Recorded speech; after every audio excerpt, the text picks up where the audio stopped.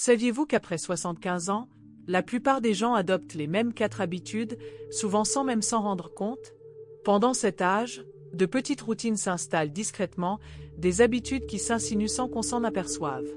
Cette vidéo explore 4 des comportements les plus peu flatteurs que presque toutes les personnes âgées adoptent après 75 ans, généralement sans le vouloir. Si vous vous êtes déjà demandé de quoi il s'agit et pourquoi ils sont importants, vous êtes au bon endroit. Car ces habitudes influencent subtilement votre santé, votre bonheur et même la façon dont les autres vous perçoivent.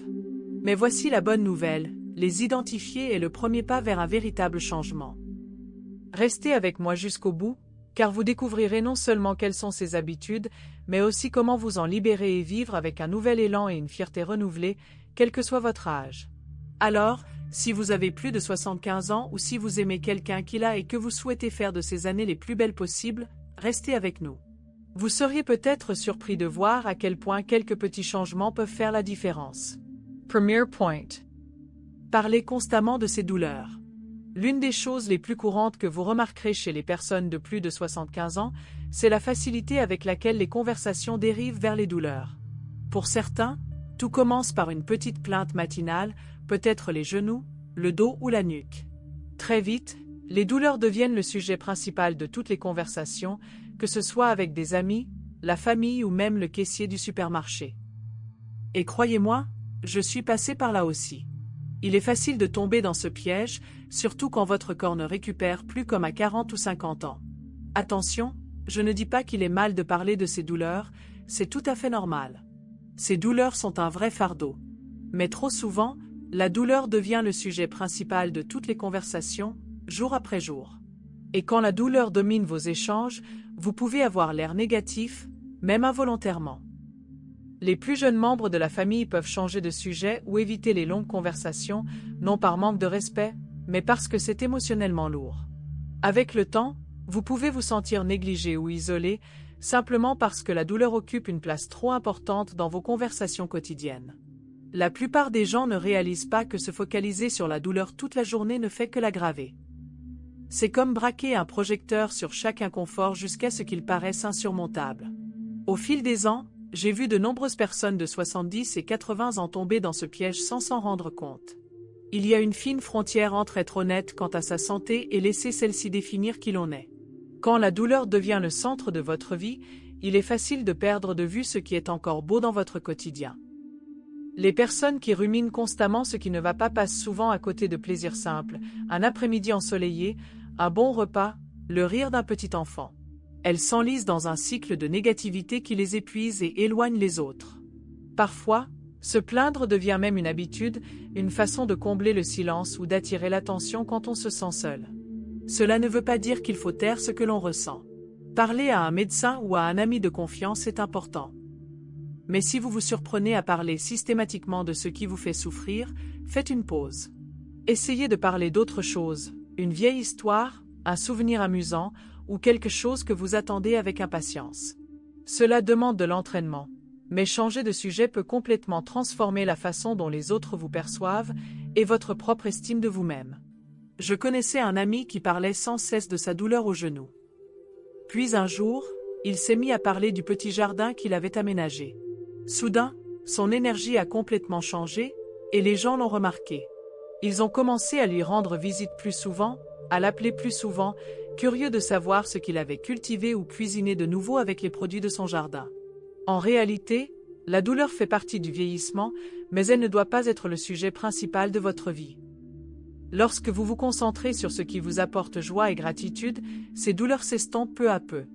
Deuxième point, négliger son apparence et son hygiène personnelle. Une autre habitude qui s'installe souvent après 75 ans est de laisser tomber son apparence et son hygiène personnelle. Et non, il ne s'agit pas de vanité, mais de respect de soi. Cela commence parfois par de petites choses. Ne pas se raser, repousser sa visite chez le coiffeur, porter trop souvent la même chemise froissée ou les mêmes chaussures usées. Au début, cela semble anodin. Après tout, vous avez bien mérité de vous détendre, non?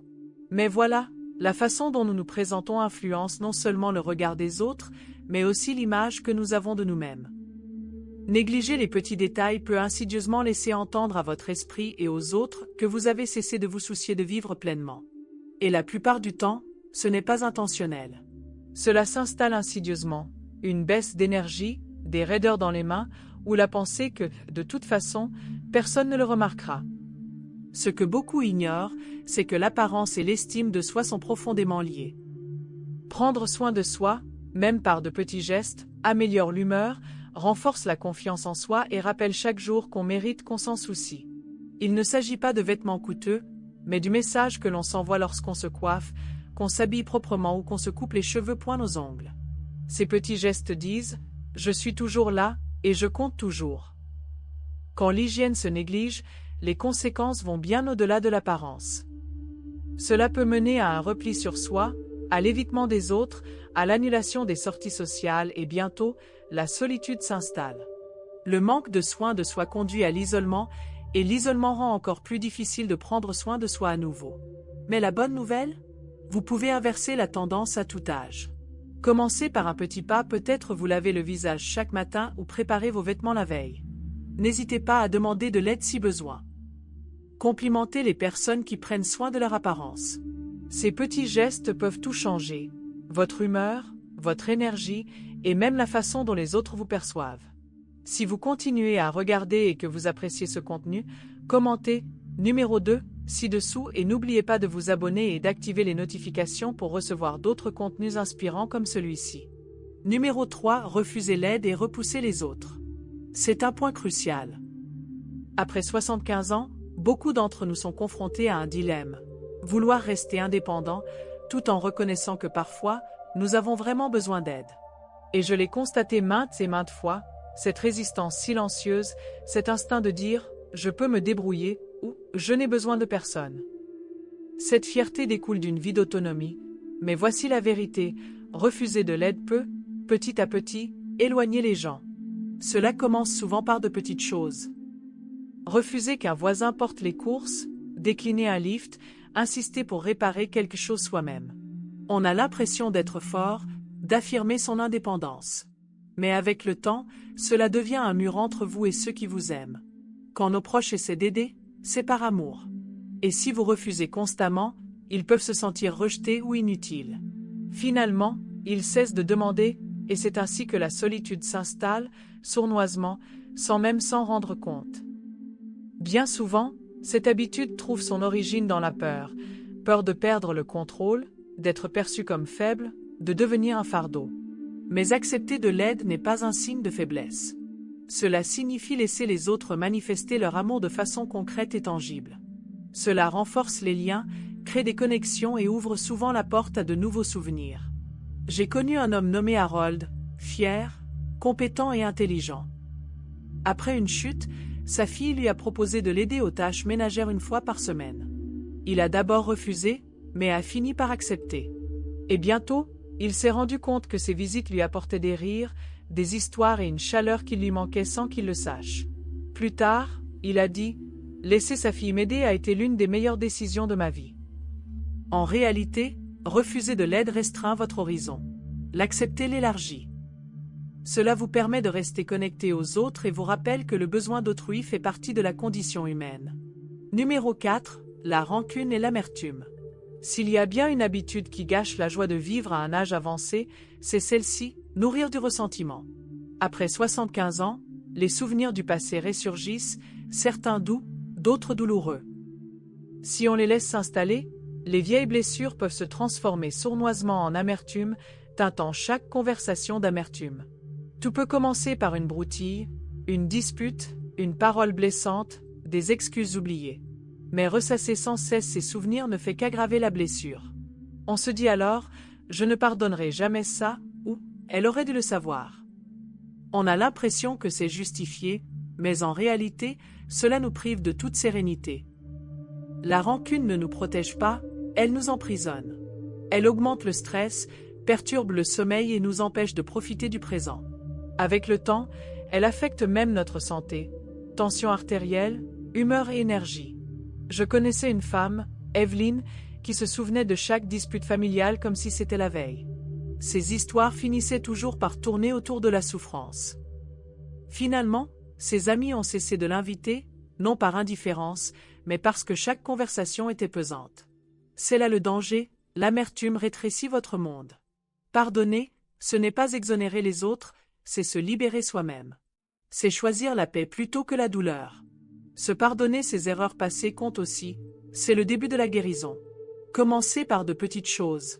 Écrivez-les. Parlez-en. Puis, libérez-vous-en. Le pardon allège le cœur et ouvre la voie à une nouvelle joie. Si ce passage vous a touché, commentez numéro 4 ci-dessous et abonnez-vous si ce n'est pas déjà fait, pour que nous puissions continuer à partager des leçons comme celle-ci. Réflexion finale. Avant de partir, prenez un instant pour réfléchir. Laquelle de ces 4 habitudes vous a semblé la plus familière, chez vous ou chez un proche? Vieillir est un cadeau, mais cela apporte son lot de défis insidieux qui surprennent tout le monde. Le meilleur dans tout ça? Aucune de ces habitudes n'est définitive. Vous avez le pouvoir, dès maintenant, de changer de petites choses pour enrichir vos journées et les rendre plus épanouissantes. Peut-être cela signifie-t-il parler moins de souffrance et plus de joie. Peut-être est-ce le fait de prendre soin de vous à nouveau. Peut-être est-ce le fait d'accepter l'aide de quelqu'un ou de pardonner enfin une vieille blessure. Quoi qu'il en soit, votre histoire n'est pas terminée, vous êtes toujours maître de son déroulement. Merci d'avoir passé ce moment avec nous aujourd'hui. Dites-nous en commentaire une chose que vous avez apprise et comment vous comptez l'appliquer dans votre vie. Nous aimons vous lire, vos mots nous inspirent et nous encouragent à continuer. Et si cette vidéo vous a plu, n'hésitez pas à la liker, la partager, abonnez-vous. Votre soutien nous permet de continuer à créer du contenu qui informe, encourage et inspire. Merci d'avoir regardé cette vidéo. On se retrouve bientôt pour une nouvelle vidéo.